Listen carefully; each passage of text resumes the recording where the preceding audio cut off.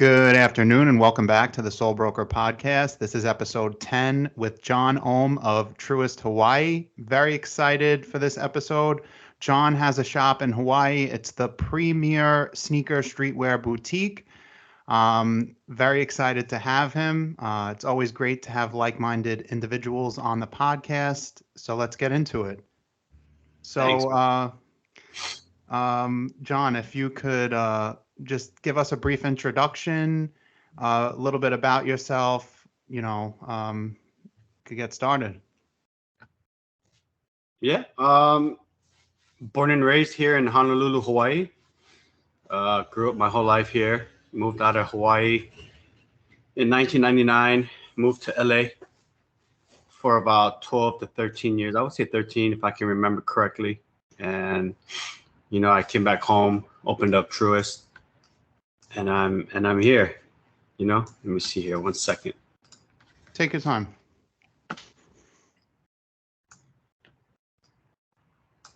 Yeah, just love shoes. I like all kinds of shoes. So I don't know what were your questions again? It's all right. So I guess we'll go off the prompt. So just tell us, you told us a little bit about yourself, where you're from, what do you do as an occupation, some of your hobbies, what do you like to do for fun, recreation, maybe the most recent place you traveled to, something, just some background stuff before we get into the sneaker questions, business, entrepreneurial questions, stuff like that. Yeah, for sure, man. My occupation is, Truest owner, and I'm here at the shop all day, every day. Working here at sales, website, social media, and stuff like that. But my wife is the one that does, the finances and all the, the design work, all the work behind the doors. But yeah, I'm here every day, Monday through Saturday. With no days off. Even with my day off on Sundays, I'm still working, doing other stuff. Right. And rarely do I have time during the midday to do things. So I like to attack it in the morning. So I go surfing in the morning sometimes before I come to work. Nice. If the waves are good, I leave the house early in the morning, and I get to surf, stuff like that. So that's one of my hobbies. I also like basketball, but since I'm getting a little older, I can't afford to get injured or hurt. So I quit basketball already. I'm done. And plus, a lot of our games are in the evening, so I don't have time. Right. Work. I mean, that's basically what I like to do. Just, hang out with my family, surfing, and sneakers. That's great. And in terms of traveling, I like to travel. Well, pre-COVID, twice a year. I usually fly out to LA and usually to Korea. So I'm going to LA or Korea. So this past June of 22, took the family to Disneyland in Anaheim and stayed out there for a week, and it was good. It was refreshing to get out of Hawaii, but yeah, other than shoes, my life is boring, man. I hear you. Listen, a lot of the stuff that you said resonated with me because myself, I'm a new father. My son was born in September. Since you're sharing a little bit about yourself, I should tell you about myself. So I'm a new father. I could totally understand, being enthralled in the business and having that day off and, still working on the business while you're not working in the business. It's really awesome that you have your wife to help you. Me and my wife were both registered nurses, and my wife has never really been involved in the business because I've really done so much on my own, and I guess she didn't have she's so busy with her job and all that, she never really got involved with the business. But everyone thinks it's so easy to run a business, and we'll get into that a little bit later. But thanks for sharing that about you. And I just wanted to get into the next question, which was, when did you first start, getting into sneakers? I saw the post that you shared on Instagram wearing, I believe it was the fours, right?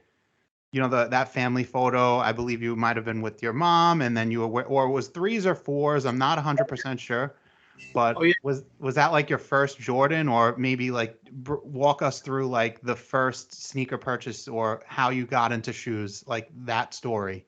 I'd love to hear it. Um, Let me see here. Yeah, those fours, man. I think that was on a trip.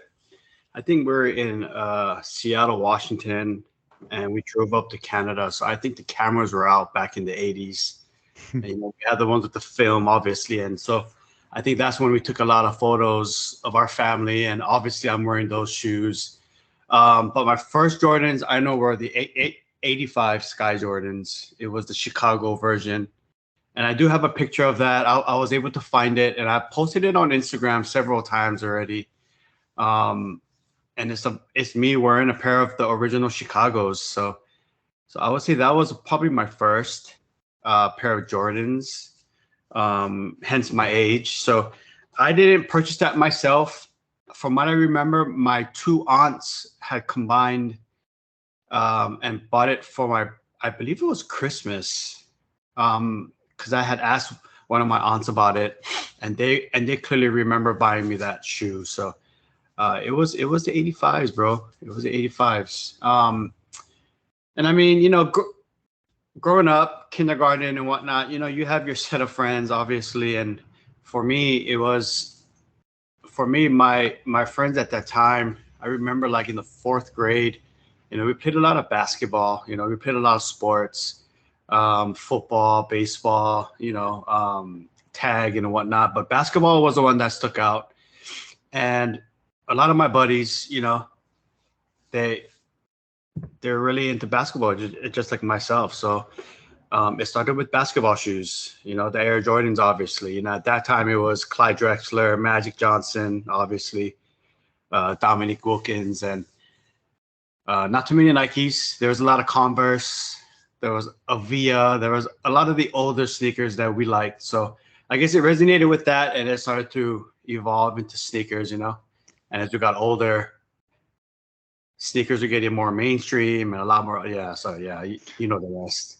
Well, it's good that you started segueing into that, because my next question were, you answered which models. You told us about the models that you started buying, and has that really changed over the years? Because I see you posting some Air Maxes and some really eclectic sneakers. So can you maybe talk about how your style has maybe changed over the years and what you're wearing now?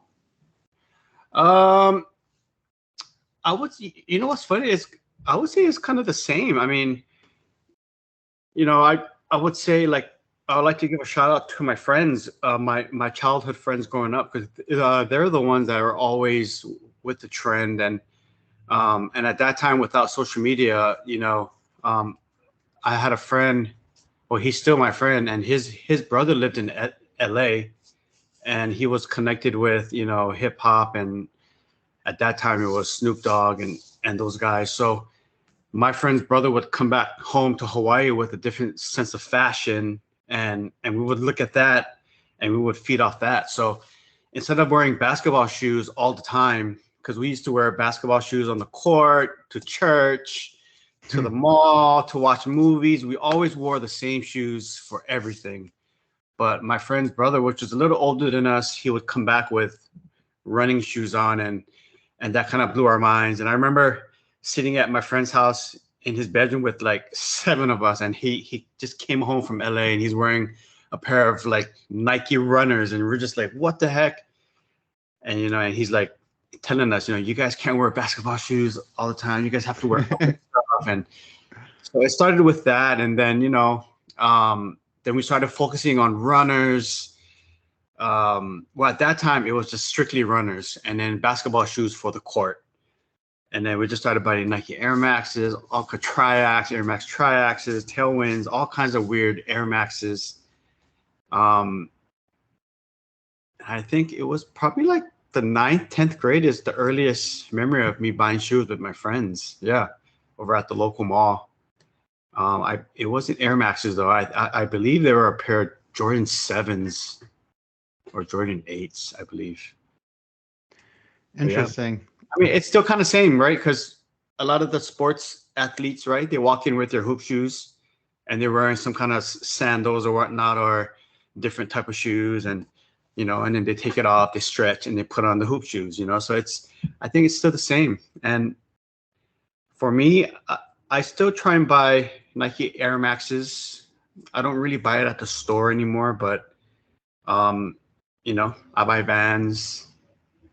So I guess it's still the same. Thanks. So I wanted to ask maybe if you could share your most unique sneaker story. Oh man, I don't have that many. Uh, It could be something that happened in the store. Um, uh, for me, I could say my most unique sneaker story is Clark Kent coming into my store. Like that was for me. I wasn't even there, and I wish I was.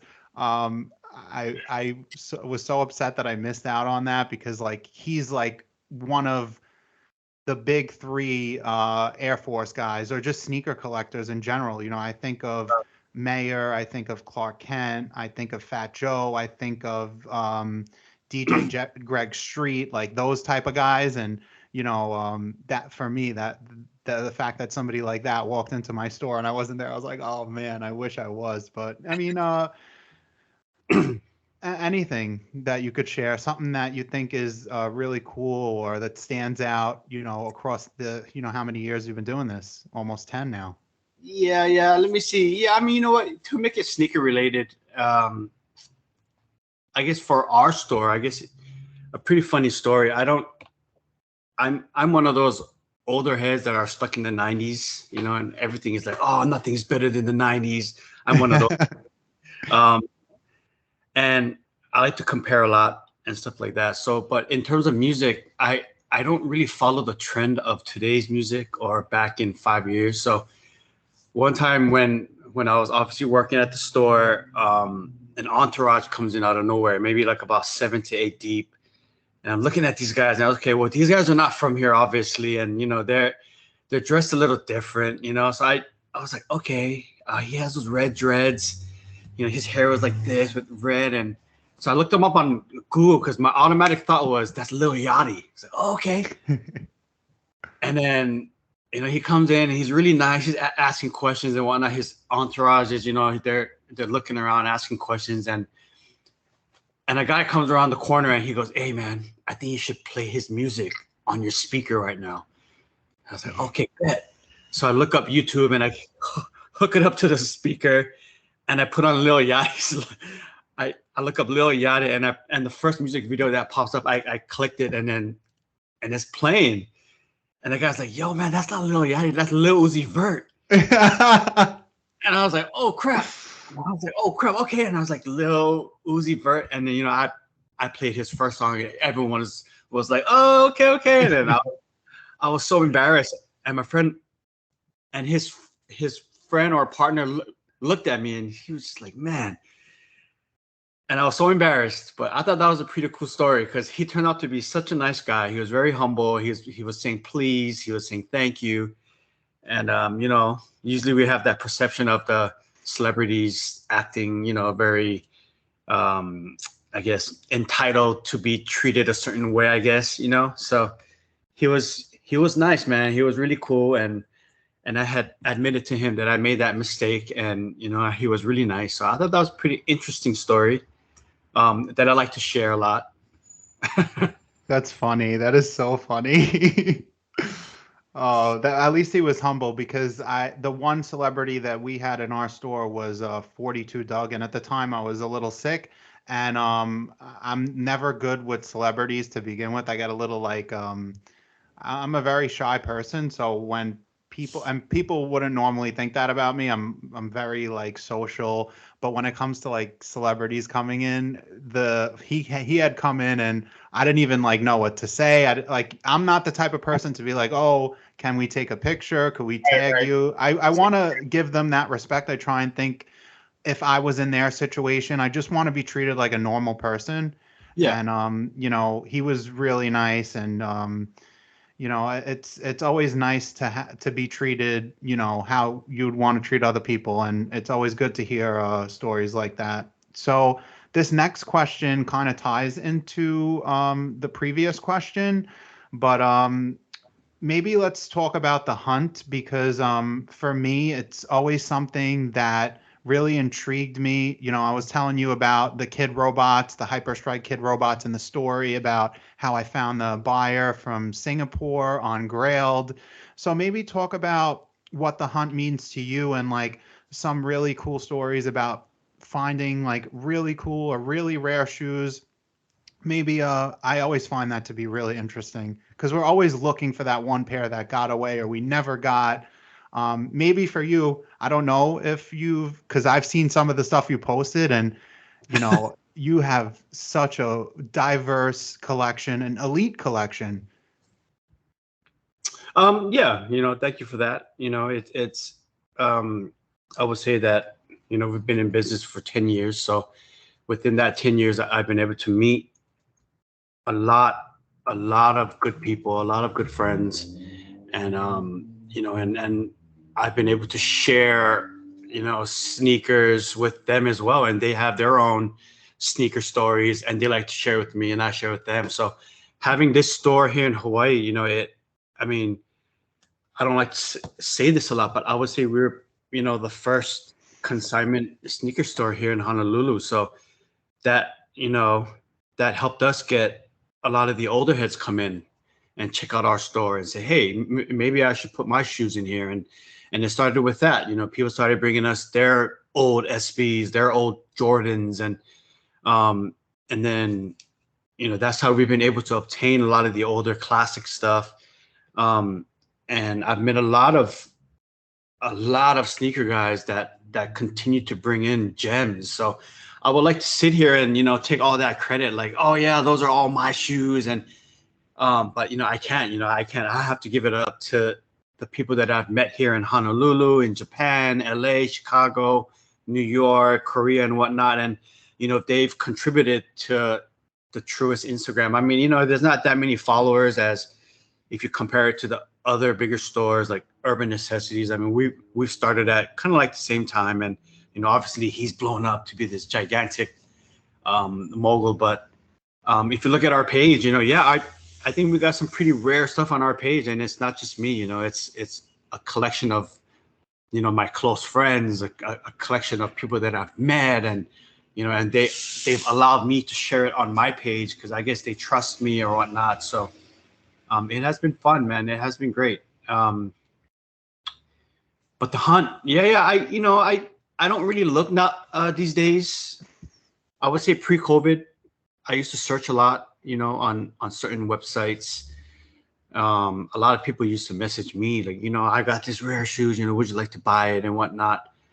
So instead of the hunt, it was also a lot of people, trying to make their sales. Obviously, if you're trying to get rid of your Hyperstrike kid robots, you're just not going to put it online, right? You're probably ask a few people if they want to buy from you, the people that you trust and whatnot. So I have a pretty cool story, not to talk so much, but I have a friend here in Hawaii, and he's always on the hunt. And I would say this might have been 2017. He sends me a link on eBay, and it's a size 8.5 Paris Dunk, right? Original box. I would say condition 8 out of 10, 7, 8 out of 10. And the seller had it priced for $5,500 on eBay. And my friend sends it to me, and he goes, yo, man, you should get this. So I hit that watch button, and I'm looking at it, and I send the seller a message, hey, please don't take this as a disrespect. I'm trying to be nice as possible, but would you take these shoes for $2,500 shipped? And at that time, dunks were not as popular as it is a couple years ago or today, right? And those Paris dunks obviously was still rare. So, and the seller responds and he said, you're so nice on your message, and you seem like a sneaker guy. I'll accept your offer. So he sent me a $2,500 offer for those Parises, man. I bought it. And I think that's a pretty cool story, man. Especially for how much it's going for today. Right. I think it's pretty cool. Do I have it? No, I traded it for another pair of Air Maxes, which I regret. But I thought that was a pretty cool story. Yeah, listen, don't on these podcasts, I do so much listening because the guests have so much value to offer to our audience. So I just mostly ask the questions and you're not talking too much. I Oh, think you're doing a I think you're doing a great job, to be fair. And that's an interesting story because I was just sharing with you. I just sold my Paris for 35,000, and I know that we had discussed the valuation of them, and I know that the market right now isn't the best, and it's pretty crazy because I do remember, I've been doing sneakers now for not as long as you, about a little over 10 years, and I still remember when the Freddies, the Parises, and the whole city pack really, and all SBs for that matter, were so much lower. I remember when what the Dunks were, under $1,000. So, yeah. it's pretty crazy to see how mainstream the market has became, and even with the advent of StockX and GOAT, how that has changed things. Right. Yeah, I appreciate you sharing that story. It's definitely an interesting story. Um, so I know that you said you're not really looking for many shoes nowadays. Is there any shoe that you're looking for at all that you haven't got, or something that's on your radar that you would love to purchase for yourself or even for the store? And also, maybe correct me if I'm wrong, because I don't even know. Um, so for Truest is strictly consignment. Like if a customer comes in with a really nice shoe, do you not buy it, or you offer just consignment only? I just wanted to clarify that. I mean, I would say because I hate to say the word, but pre-pandemic, Right. yeah, it was buy, sell, and consignment. And well, because of COVID, and how not to get too political about this, but how Hawaii has handled small businesses and whatnot, it was very poor. But anyways, it kind of prompted me to try and save my cash. I understand. I mean, I still buy it. I just don't buy in masses anymore. I buy if I can wear it. If I try to sell it, and if I can't sell it, at least maybe I can wear it. So if it's something that I'm looking for or interested in, or if it's my size, and I'll give it a thought. But yeah, right now it's strictly consignment, and I believe January of 23, I believe we're gonna start to buy again. So that's strictly what we do as of right now. Nice. Yeah. So as far as shoes that you're still looking for, you're Oh, not really is there any one that comes to mind? I mean, I still look. I know that right now on eBay, I'm watching two pairs of the A6 Gel Light 3 Patas, also called the Amsterdams, and I have a pair already, but it's pretty beat. But I saw two pairs on eBay right now, and I'm watching it, and it's kind of expensive, but I'm still looking for those because I want to get another pair, and obviously in better condition, so I could save it and ice it and whatnot. I'm always looking for Air Maxes, Air Max ones, obviously, 95, 90s, 93s, 97s. I don't look for Jordans anymore. I don't look for any basketball. Oh, maybe basketball shoes. I've been trying to get the best deal on some Kyrie Lobsters. Okay. It's in case I try to make my return in basketball. I'd like to at least wear something nice. Yeah. Uh, if you can't play well, at least look good, right? Right. So I'm looking for those a lot. If I go online, I'm always like searching for Kyries and Lobsters.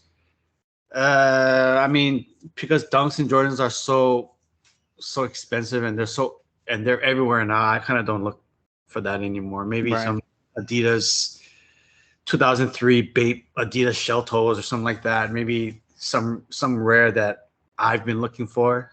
Right. Adidas superstars, Bapes. 2003s. I've been looking for some Adidas campuses samples. I've heard there's a rumor there's a Adidas Mastermind campus sample that's floating around. I think there was one pair. So I push my luck and I type it in and hopefully that it'll come out, but no. Some older New Balance stuff, 1500s, New Balance, maybe 997s, the older stuff. Yeah, that's about it, man. I know there's a lot of shoes that I've been looking for that I probably won't ever find. But yeah, that's it. You got to be in it to win it. You never know. Keep searching. You never know what's gonna come across, your lap, and you got to search. Like just how I told you about the kid robots. I feel like you have to manifest certain things, and Right. I feel just like a personal anecdote. I feel that, I don't know. Let me know what you think about it, but I almost feel that based off of the shoes that you have, it attracts more of that. It's like the law of attraction. It attracts more of that to you. Like, for example, the Undefeated Fours. I had my first pair in October of last year. Within 6 months of that, I got my next pair from Tong with Net Magnetism. And then not even 2 months after that, I got my third pair from Simon. So I find that a lot of these rare pairs, they all come in threes. I had like 3 What the Dunks within a very short amount of time. And it's kind of weird how it all plays out, but you really got to be in it to win it, and don't get discouraged. I remember me personally looking for shoes for years before I found them. And, Right. and that's always the most satisfaction you get out of like the kid robots. For me, they were completely, there was no sole on the Hyperstrike pair. And I asked the guy specifically, I was like, please tell me you have the outsole. And he's like sifting through boxes and he's like, are these them? And I was like, yeah, those are them. I was like, make sure you include them. And just putting those back together was like amazing. Shout out Jake Danclefs, super good friend of mine now. And he does great work. But I want to ask this next question. What is your most regrettable sneaker sale? Oh, yeah, that's funny that's a pretty fun question because if we do sell some rare stuff in our store, I hate to see it leave. It's like Right. I regret it. Like if someone's willing to buy it, I always ask myself, should I have raised it higher so he won't buy it? Because these rare pieces, it's hard to come by. I mean, Right. for me, maybe I got very spoiled because a lot of the contacts and a lot of the friends that we have, we they have a lot of rare stuff, and they just they bring it into my store like whatever's, and it's every morning that I come in, I get to look at rare shoes in my store, and it seems like it's normal now, but yeah. I mean, there's a lot of shoes that I've regretted letting go, like maybe not even a sale, like those Parises, I shouldn't have traded it for the BRS Air Max 1s. At that time, the BRS, was my favorite Air Max at that time. And I wanted one so bad, and I found a guy on Instagram and we traded it, and he paid, I believe $1,000 on top of that. And I thought I came out on the deal, and I was about to go on my Korea trip. So I wore those BRSs to my trip, so that was my most regrettable sneaker trade. I also have this pair, since it's right next to me. I've also had this pair and I traded it as well. The trade or sale, it's the midsole is not in good condition, so it has to be in the back. This one as well, and it's come back. It's on consignment, but yeah, right. A friend that had brought that in for consignment, he asked me if I wanted to buy it for what he spent, and he wasn't trying to upcharge me or anything like that. But I said, no, I can't buy it right now. But those are your size, John? That's my size, a size 9, right? Oh, Yeah, wow. 8.5 as well. So, um, but this friend knows of this story of my hyperstrike and how I got rid of it, and it came back into my life. So I had some pretty regrettable trades. I wouldn't say sale, but yeah, that's pretty regrettable, especially knowing the fact that if I had sold it now, I could make some good coin on Right. it. Yeah, yeah, yeah. Hindsight happens to be always 2020, you know. Everything for a reason, you know. Yeah, it's funny because I'll give you a little personal example of like some shoes that I didn't want to sell. So, I told you about becoming a father, and prior to owning a home, I was renting and I was living in a one bedroom with me, my fiance, and my newborn. And when it was just us two, it was fine. And when he was born, we had a baby shower, and I'm grateful for all the gifts that we received. But I remember getting anxiety from all the gifts and like transporting them back to my apartment because I was had a one bedroom and I was like, all this is going in the living room, and Yeah. the amount of toys and everything, I was like, oh man, like this is not good. So I remember right around him turning 1, in August, after looking for homes, we closed on our home, and my mortgage broker said to me, "Hey, Andrew, if you could come up with another $18,500, I could get you a better interest rate." And, I'm very frugal with, my money, and it's all thanks to my parents because my father happens to be a business owner and his father was a business owner. So I come from a long line of entrepreneurs. And I didn't want to touch my investment portfolio because it was already down. And I said, you know what, let me look at what I have, like some sneakers or some watches or whatever it was. And long Right. story short, I looked at the undefeated fours that I had. I had 2 pairs, and I was like, these got to go. So I wound up selling them, and it was actually funny because normally when you buy a house, you have to show proof of funds, and Right. you have to, if you sell something, you have to show the receipt for it. Right. So I sent him the receipt and he said, Andrew, GTFO, there's no way that you sold 2 pairs of shoes for 25,000. And I was Right. like, I wouldn't make it up. He's like, what are these shoes that they're worth 12,500 each? And I like explained it to him. And that for me is like so cool, is like when these people that know nothing about shoes and you tell them how much certain shoes are worth, Oh yeah. it's awesome. But for me, turning shoes into a home, it was like really a defining moment for me because my wife, although she's supportive in my other endeavors, with the sneaker business, she thinks I could be doing so many other things. Like, for example, within my career, even though I've achieved a lot of success, I'm a director now. She was like, "Oh, you could get your master's and do this." Like, I don't know about sneakers because she's very practical in her approach to things. She's like, especially now with the recession, she's like, you want to be in a field that could kind of withstand, these types of growing pains in the market. And I Right. know that she wants what's best for me, but for me, that was like one of those like aha moments, like, and I was always waiting for something like that, like, and for me, it's like I just recently started getting into the more rare shoes. I remember, maybe the first 8 years of me doing buying, selling, trading sneakers, I always avoided those shoes because I really didn't have the clientele for them. And then Right. I was like, you know what? Why not? Like, let me try. And, it turns out that even though this type of business, it's very niche, and Hyperstrike samples is like a niche within a niche, there's still a market for it and it's thriving. So just a Right. story Absolutely. I wanted to, share with you. But let's Fun move. story. That's a cool story. I Yeah, like it. yeah, yeah. Let's move on because I just want to be conscious of the time and not to go over. So Truest opened in 2013, correct? Yes. So what were you doing before then? And then what led to you opening a store?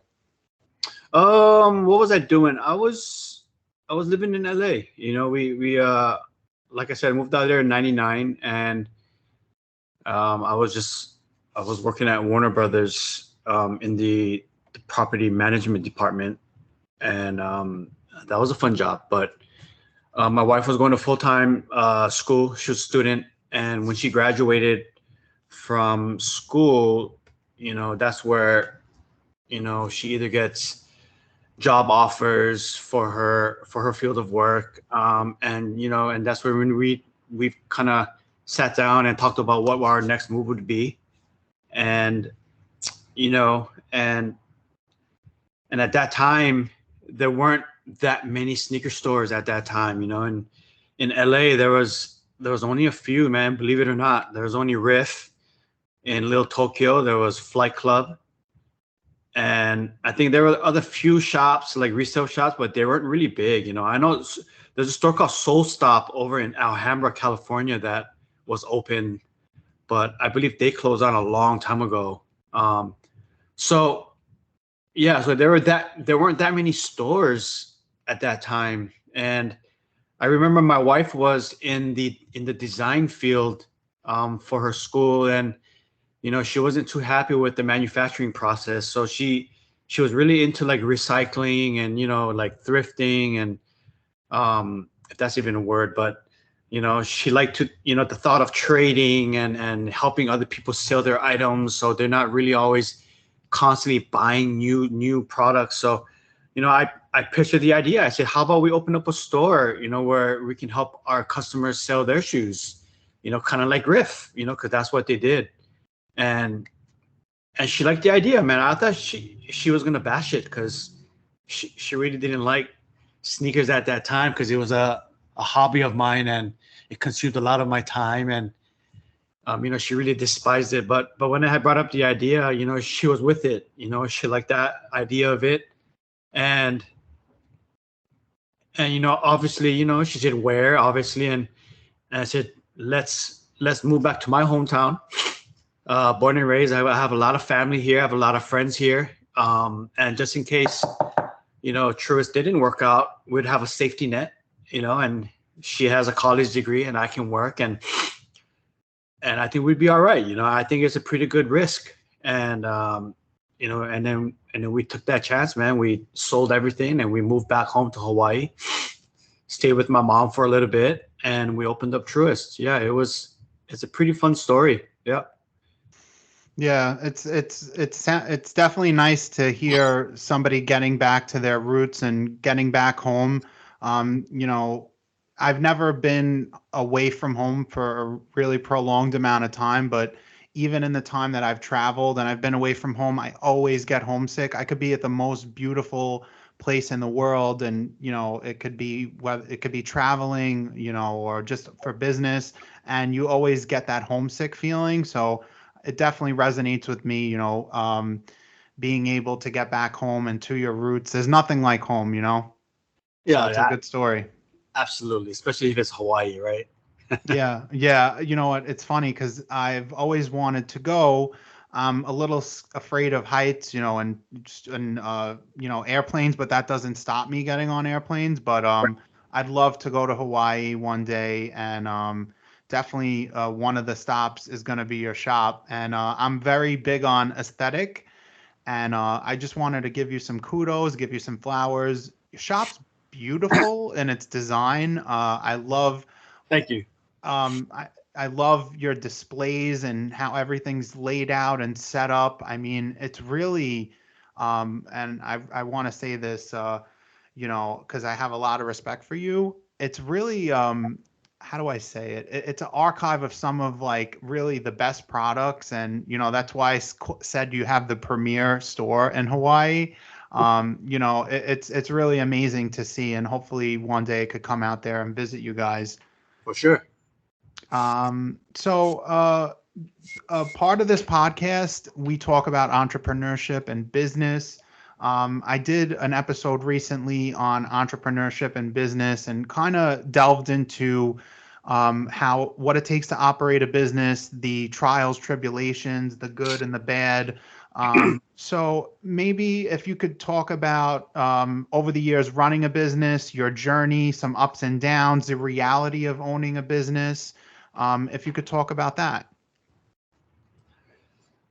Yeah, I mean, it's what I've discovered is that, you know, but let's talk about this. The, the people on social media, right? We post a lot of pictures. I post a lot of shoes. I post a lot of food pics. So it seems like, life is, a piece of cake, but it really is not. There's a lot of struggle to it. There's a lot of arguing, ups and downs, disagreements. There's, a lot of fighting, a lot of pain and struggle and sacrifices. But I mean, it is totally satisfying, obviously. But yeah, it's tough, man. You have to always be, you know, aware of what's going on, just to be broad, and I would say on my experience, I think we're very fortunate because it's just me and my wife for Truest, and I know a lot of businesses have a lot of partners, and and I'm not knocking anybody for that. It's just that's sometimes if it takes 8 partners to come in to form a business, then you have to do that, right? But for me and my wife, we were very fortunate that it's just me and her. So, a lot of our secrets, a lot of our, struggles that a lot of people don't know about is kept between just me and my wife. Right. And we say trust is so important, make sure you have a team that you can trust. And, it's me and my wife, if I always acknowledge that my wife is right, happy wife, happy life, right? Right. I mean, I joke about that, but, me and my wife, we have our share fights, we have our share disagreements, and but yeah, it's a struggle, man. And let me explain a fast story really quick. We just did our taxes, and it was due yesterday, for taxes, and my wife had prepared a big tax book for our CPA early in February. So, he procrastinated and he did our taxes very poorly, but that's not the story. That's a different story. But just from last Thursday, Friday, and Saturday, my wife had to go meet with our CPA because he was in a rush. All these months that he could have done it, he didn't do it, and he did ours last minute, and he made some very careless mistakes. But I was there sitting next to my wife in his office, and she busts out this big book, and it's just paperwork and charts and all these expenses, and she's going through it. She knows exactly where everything is, and she's like, his name is Jason. Is Jason? Do you have this on there? And he's looking through his files, and he seems kind of like all over the place. And he's like, oh, I've totally missed that. And I'm thinking to myself, how can you miss that? Anyways, that the CPA story is a different frustrating story, but just watching my wife prepare all that and going through everything at that moment, she knew where everything was. I mean, she wasn't like wasting time searching for documents. She knew all the expenses. She knew what was what. And after we left the office, I just told her, I said, hey, I hate to give you respect like this because you're going to use it against me. We were married for like 16 years and she will use it against me later. But, I just said, wow, I give you a lot of respect because I don't see her preparing all these documents, because I'm here at the shop and she's in the office doing all this typing and calculating, and she's the one preparing everything. So, I thought that was really interesting and an eye opener, and I hope for the people that are going to be listening to your podcast, if you have a family member or a friend that has a small business, just try your best to understand that us small business owners, we go through a lot. It's just that a lot of people don't see it, and I'm guilty of it.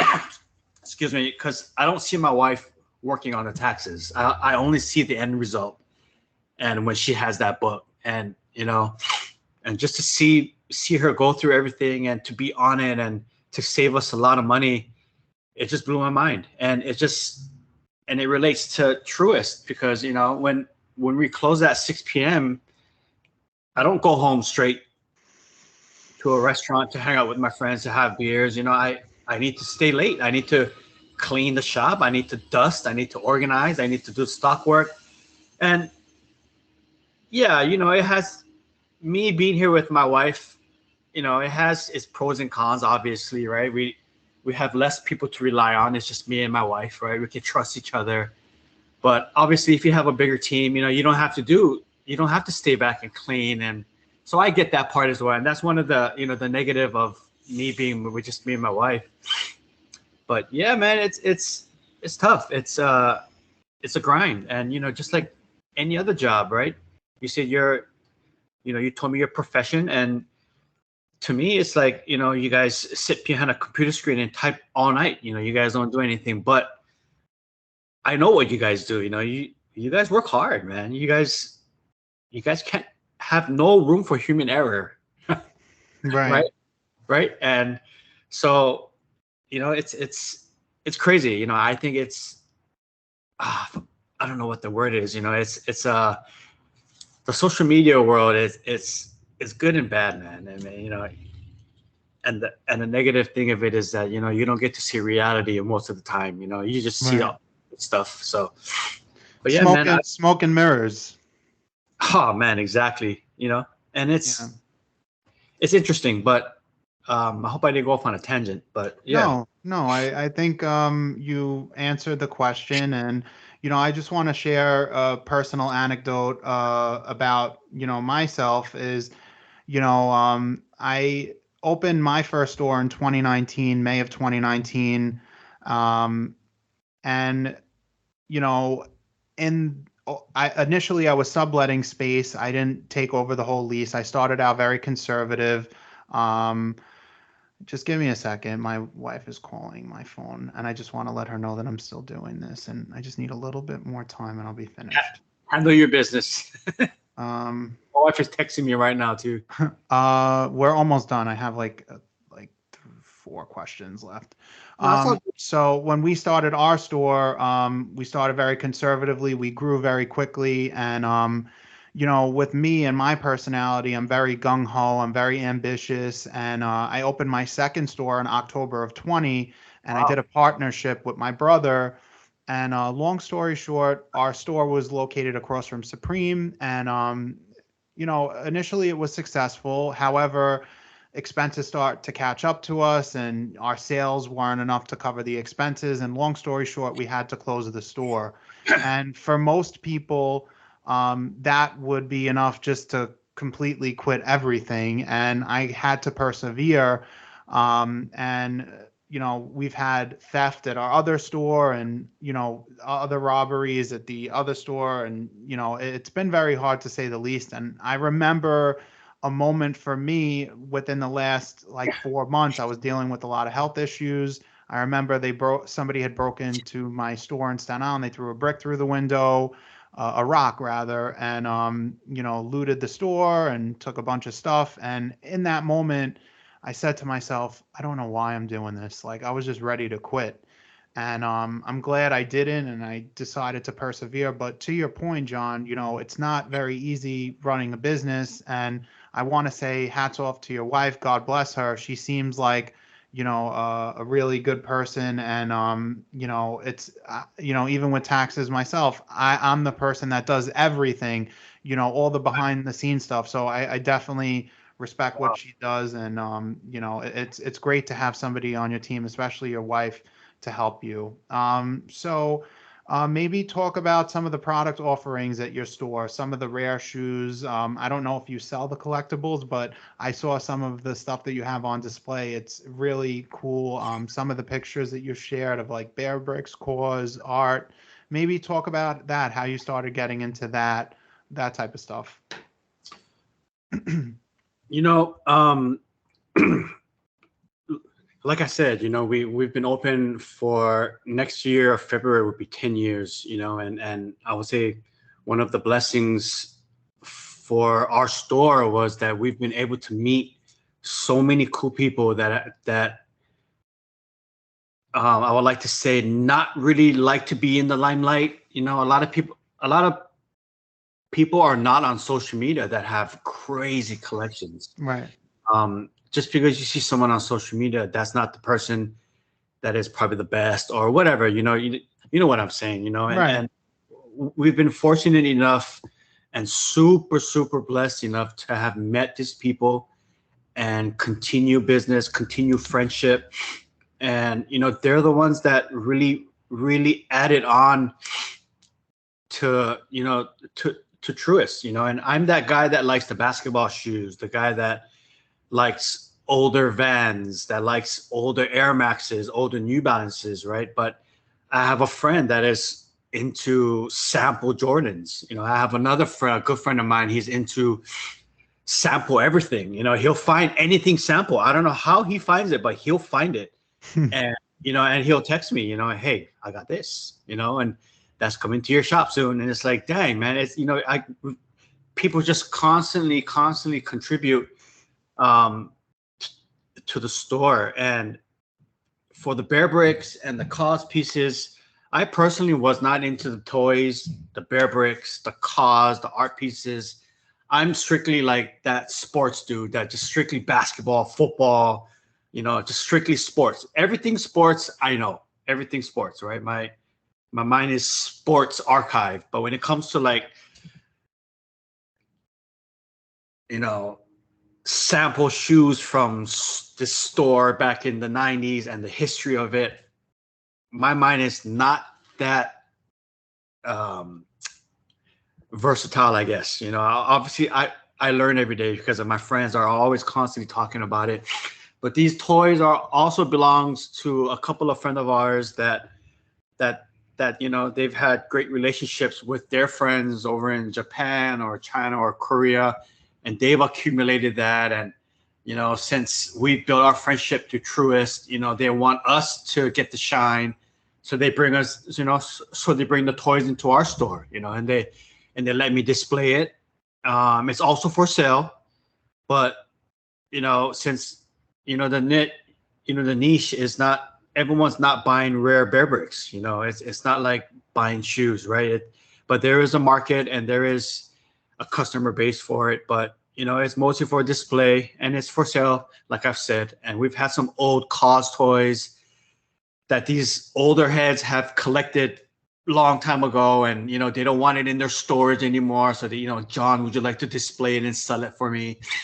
That's how we've got a lot of the older cause pieces back in 2017. I mean, it's just crazy. I have a lot of friends that have a lot of stuff that want us to display, but since our store is not that big, it's like a 850 square foot store with tall ceilings, and it's pretty much maximized out in space.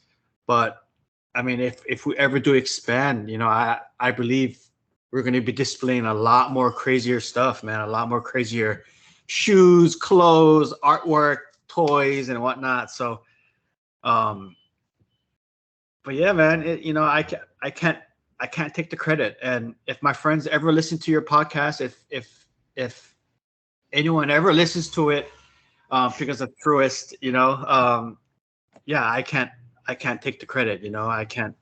It's the people that we meet. If you don't give your team a shout out, you're how do I say, you're kind of like disrespecting them. Right. Because they take the time and effort and trust to bring their expensive product to me. So Right. yeah, it's crazy. It's crazy. We have a lot of cool stuff in here. Yeah, just having you on the podcast, John, kind of gave me a different perspective about business. And I wanted to thank you for that because, to be honest with you, I've done consignment for quite some time and it's a lot. It's a lot to manage. We have a spreadsheet for everything, when it's sold, when it's payable.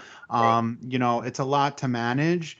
And it's like you have to run a complete separate books for the consignment versus your own inventory, and it does become a lot.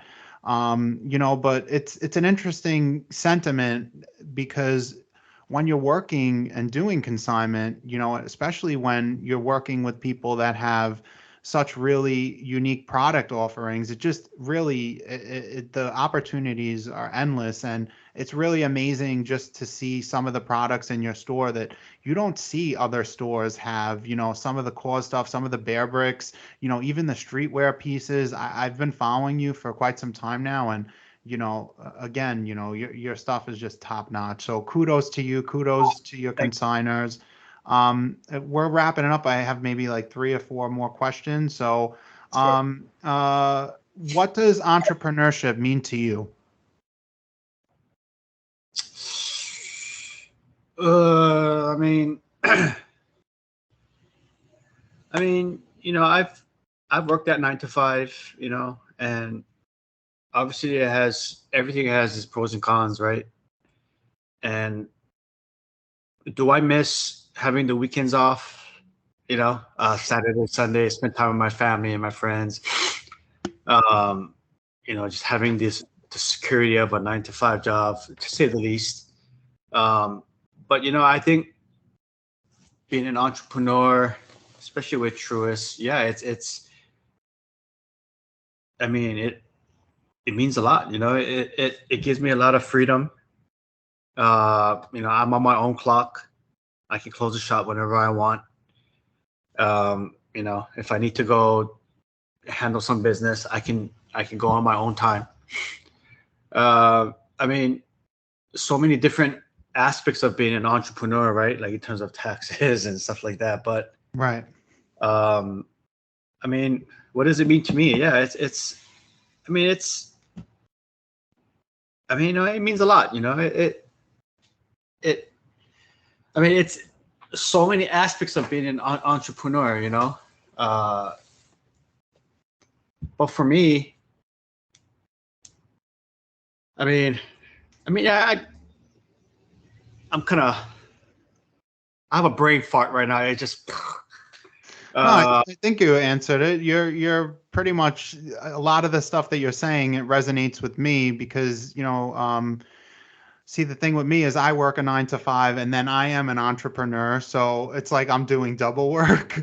So I could understand. I remember. To your point, I remember before I was starting my store and having the Saturday and Sunday off, and then starting a business and working the weekends and working after work and working before work. So, yeah, I could understand what you're saying. You have your own schedule. You don't really need to report to anyone. There's a lot of benefits, even in terms of taxation.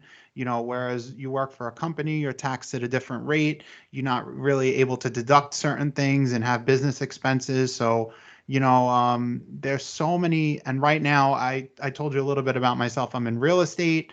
So, in terms of just owning a business and taking advantage of the cash flow of the business, one thing that I'm trying to do now is purchase a mixed use building, put my store in there, and take advantage of all the tax benefits of real estate, including Sure. depreciation Yeah. and other things. So, I totally understand where you're coming from. Yeah.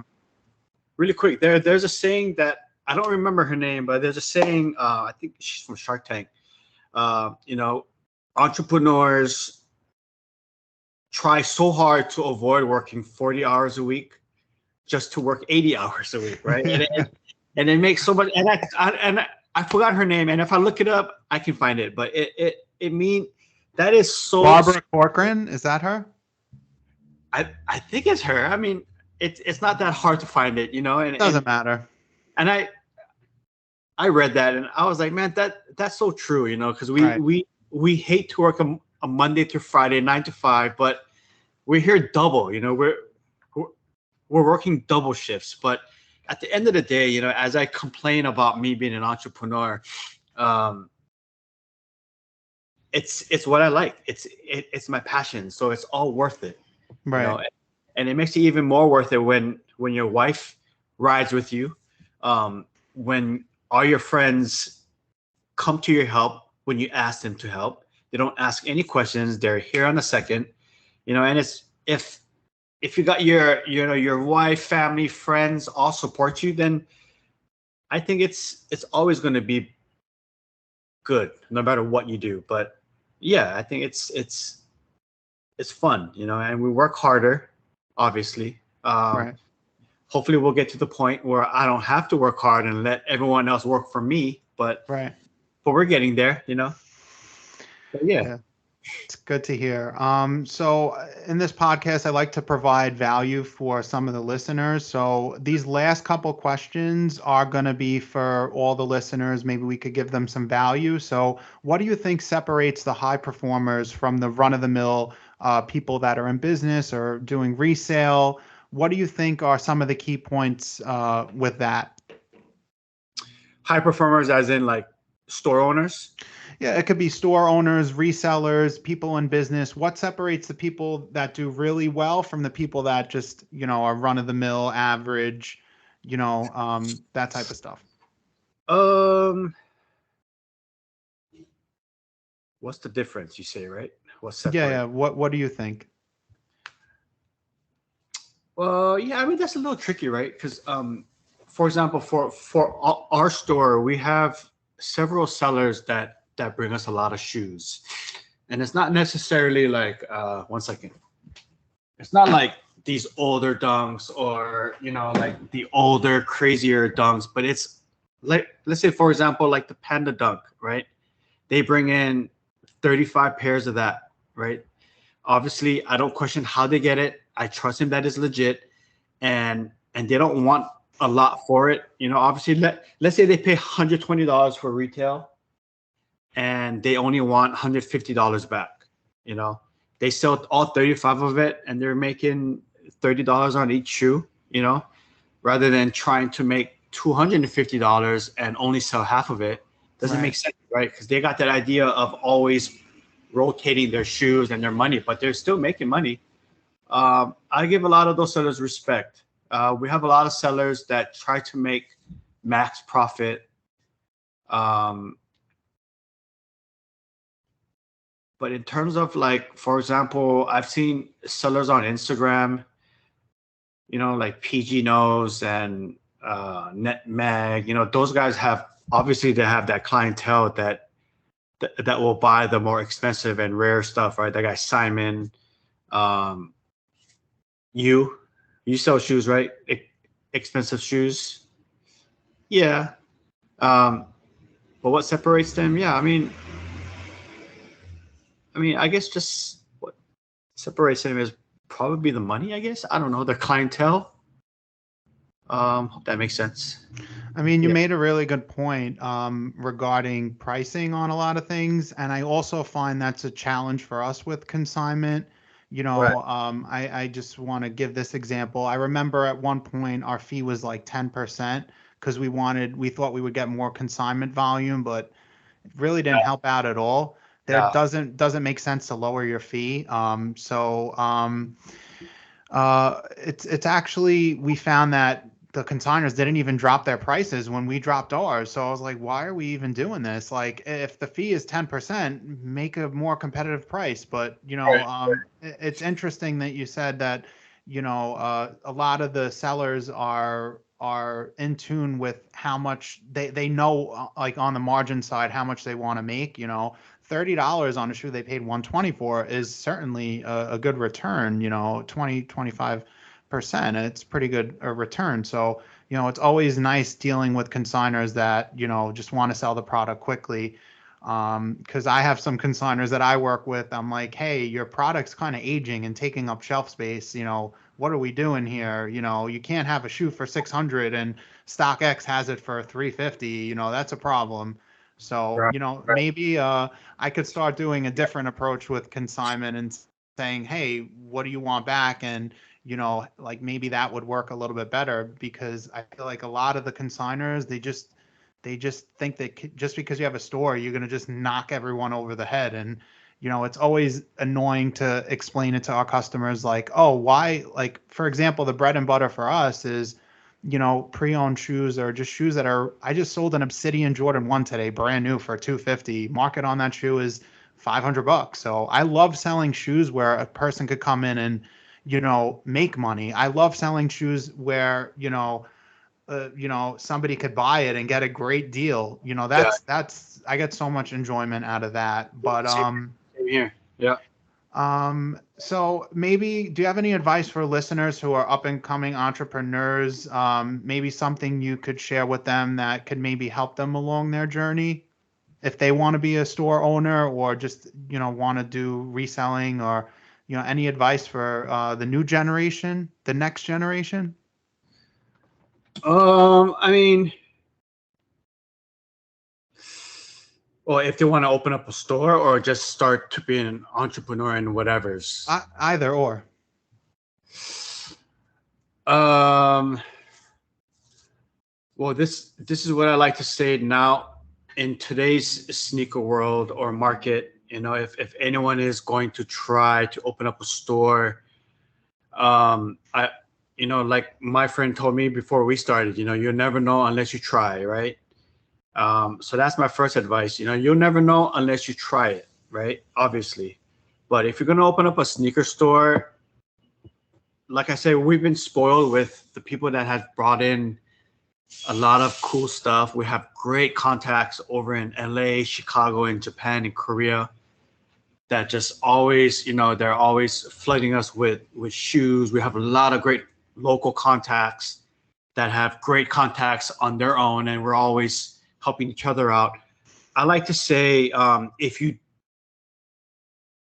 don't, how do I say this? Because for me, if I see a new store pop up, I like to go check it out, right? Not because I'm a hater or anything. I like to go and support and buy their shop tees and, say, hey, what's up, whatever. But I noticed that a lot of the stores carry the same stuff. Back in 2019, when I had a chance to visit LA, like I go every year, I went to Round 2, I went to, Soul Stage, I went to Cool Kicks, and a bunch of other stores that are on Melrose, on Fairfax. And, they all had pretty much the similar stuff, all the stuff that you can get anywhere.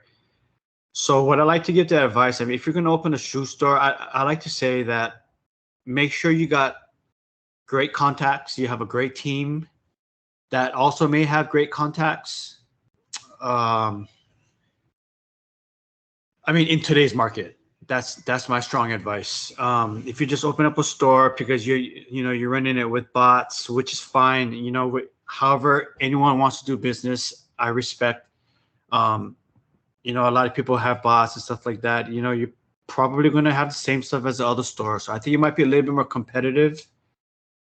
I don't know. I'm just trying to be honest. Yeah.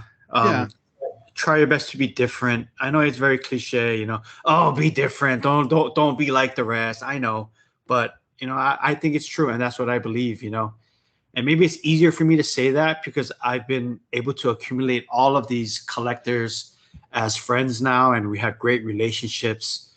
So maybe be honest. Being honest and transparent is very heavy. If once a consignor thinks that you're being shady, once a consignor, seller, customer thinks that you're trying to get up on them, that will spread like wildfire, and any negative thing that anyone can bring out of you, that'll spread fast. All the things that you've built, worked hard, grinded, you built this thing, and, you make one simple mistake, that person will magnify it and they'll blow it up, put it on Yelp, Google, whatever, put this negative review. Oh, this owner, he's stuck up, he gave me bad attitude. And, and so just try your best to be honest, try your best to be, down to earth. There's no problem with treating a customer the way they treat you. If you feel like they're disrespecting you, it's okay to be disrespectful back to them. It's okay because we're all human. So Right. Try your best not to, yes, you're going to have to please the market. You're going to have to please the crowd. You're going to have to be nice, extra patient.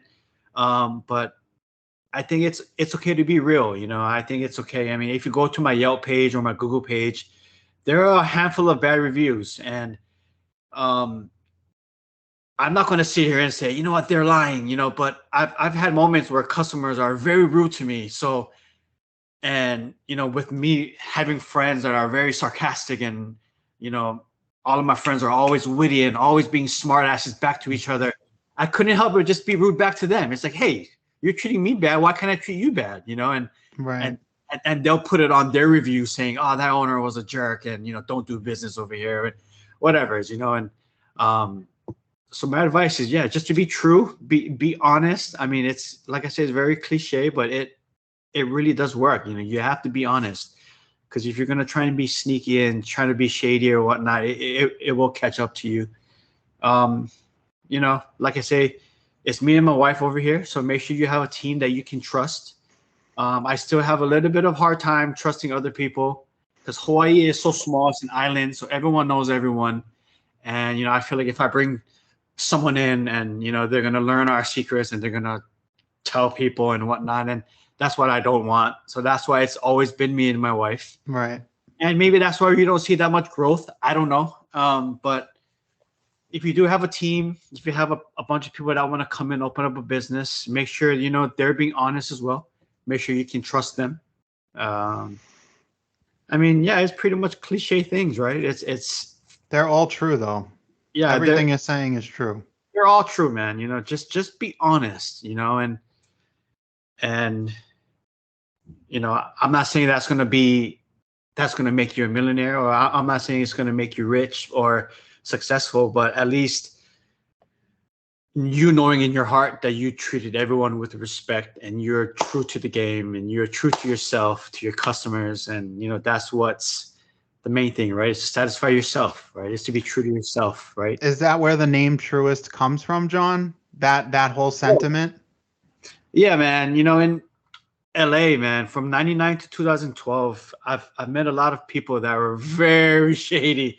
And, you know, especially in the sneaker business, you know, a lot of the fakes going around.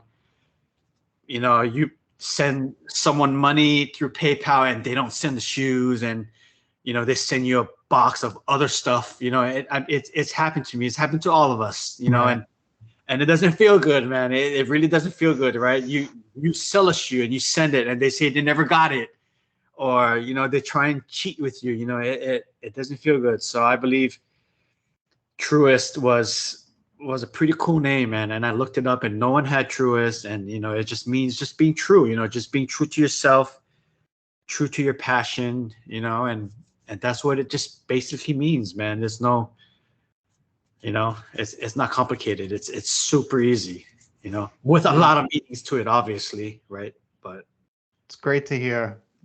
So in closing, maybe if you could discuss your plans for the future, certain dreams that you have. I know that you made a post about maybe another store. I don't know if you could speak on that, but you know, maybe let us know. Yeah, Korea has always been in talks. I would say we started heavily talking about it in 2019, and we had plans to go to Korea in 2020. You know, to go visit a few spots, talk to a few people. You know, and we were really pursuing it. And then obviously, you know, Kobe passed, and then, you know, and the whole world went to shit. And obviously we couldn't travel, we couldn't do anything. So we felt like it was a sign not to do it. And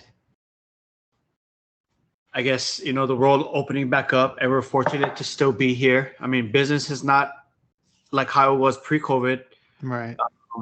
But we're not going to wait for that, obviously, right? So we're going to have to make some moves. So, you know, we just started talking again, started entertaining the idea. And, you know, it doesn't hurt to talk about it, right? Right.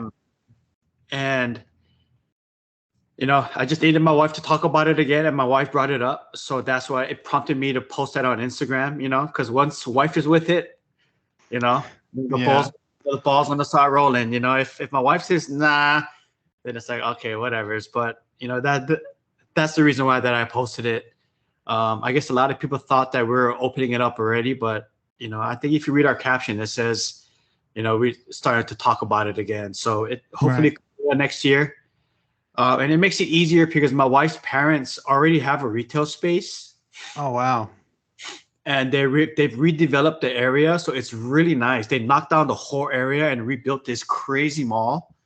So that's a huge bonus, but we're going to have to go check it out and see if that space would actually work. Right. But you know, if we do take that space, you know, we don't have to pay rent or lease. You know what I mean? Wow, that is a huge bonus. That is huge. Yeah. And so, I mean, I don't want to speak ahead of myself, but yeah, All right. Korea is in the plans. It might not work out, or it might. And I believe for the Truest, I believe that's it. And the plans is to ramp up the website. Like I said, there's a lot of stores out there, a lot of websites, a lot of resellers. So everyone is selling the same stuff. um, that's my take on it. And if I would say 70% of our customers, when they come in, they see a price on our shoe. What do? They bust out the phone, right? They look on Yep. StockX. Go, is it worth it? Can I make money on it? Am I getting ripped off? So the website, I kind of want to curate it where it's items that you will not see often, and so it's my plan for the next couple of months is to really add product to our page, that will sort of be shoes that you really can't find elsewhere, Right. that you can't really compare it, so Right. so that's one of my big goals too. So I'm going to have to really manage my time and start to throw in time slots where I could work on the site and go to the shop and whatnot. So that's another huge goal of mine, is to start our website to get going again. We have a few projects coming up with clothes, with Aloha shirts. So that should be pretty big. So yeah, I mean, it seems bright despite, with what's been going on the past few years. Yeah. Well, Nothing major. I want to say this. I took the liberty to take a look at your website, and it looks really good. In terms of like the media and the way it's set up and the accessibility of it. And I Oh, just wanted to give you some kudos. You guys are doing a great job. Um, I wanted to wrap everything up, so I want you to let everyone know where they could find you. Where is your store, your Instagram, your website? Let them know like your hours of operation, because I'd love to share this with our followers. We don't have as much as you guys between both stores, about 20,000. So I'll share it with my following, and I just want to get this out there. We'll put it on our YouTube. So just let everyone know where they could find you guys. I mean, on Instagram, it's Truest Hawaii. It's one word, at Truest Hawaii. I mean, if you go on Yahoo, Google, Yelp, you can find us at Truest. Our shop hours are Monday through Saturday, 12 to 6. Sunday, we're closed. If you need to get in contact with me, I strongly suggest you go to our page and send me an email. I'm checking emails more so than DMs. DMs flood in on certain days of the week, and someone's DM could get lost. So very rarely do I sit down and go through all my DMs to catch up on it, which I should actually. But email is probably the best. You can send a DM. I'd probably check it at some point, but you probably won't get a fast response unless it's that moment and I'm looking at it. I'm like, hey, So email. We have a website, truesthi.com. The link is also on our Instagram profile page. Like I said, there's not much stuff on it right now. I mean, there are a few things, but we're about to ramp it up, and we're about to add a lot more stuff, a lot more, dunks and whatnot, foam runners and all that kind of stuff. But that's about it. Find us in Hawaii, Honolulu, Oahu.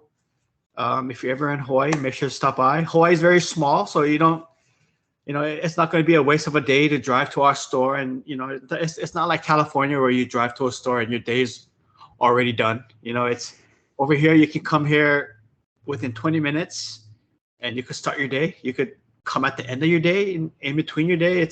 Hawaii's a small island, so please make sure to come by. Yeah, thank you. I wanted to thank you for your time, John. It's been a pleasure speaking with you. I wish you and your wife and Truest all the best in your future endeavors. I'm sure the best is yet to come. And I hope maybe in the future we could do this again. Yeah, man, this is what I'm wearing today. Sheesh. Well, nothing like yours, but those are really clean. Have those been soul swapped or no? No, this is the original. Nice. And Mint. I hope they never re-release anything similar to this. Hopefully not. Yeah, because they killed the lemonades, man. The lemonades were Oh like yeah, they all a were lot of them re-released. yeah, they were like a gem, but they had to re-release it. The bacons, the bacons were a solid gem, but Oh, they that was another shoe that I was so disappointed about how they re-released those, and all the new resellers and new people didn't even know about them. yeah. It's funny, I was wearing them recently, and some guy goes, "Are those the Valentine's Day Air Max 90s?" I was like, "Listen, Uh, they're whatever you want to call them, but to me, they're called the Bacons." yeah, yeah. Oh boy. But at any rate, listen, I want to be respectful of your time. You guys are open today, so I don't want to take out any more time out of your day. Thank you to your wife for allowing me to take some of your time. And thank you, John. It's been a pleasure. And I'm going to edit everything and put it out, and hopefully you could share it as well. And I'm looking forward to getting this all wrapped up. Thank you. Yeah, thank you for the opportunity. Thank you for rescheduling from yesterday, and I was running a little late today because of my tire. It's all Uh, right. thank Things you, happen. thank you for the opportunity, man. It was fun, and thank you so much. My And good luck pleasure, to you John. as well. Thank you. You have a nice day. You too, Take man. care. Thank you so much. Peace.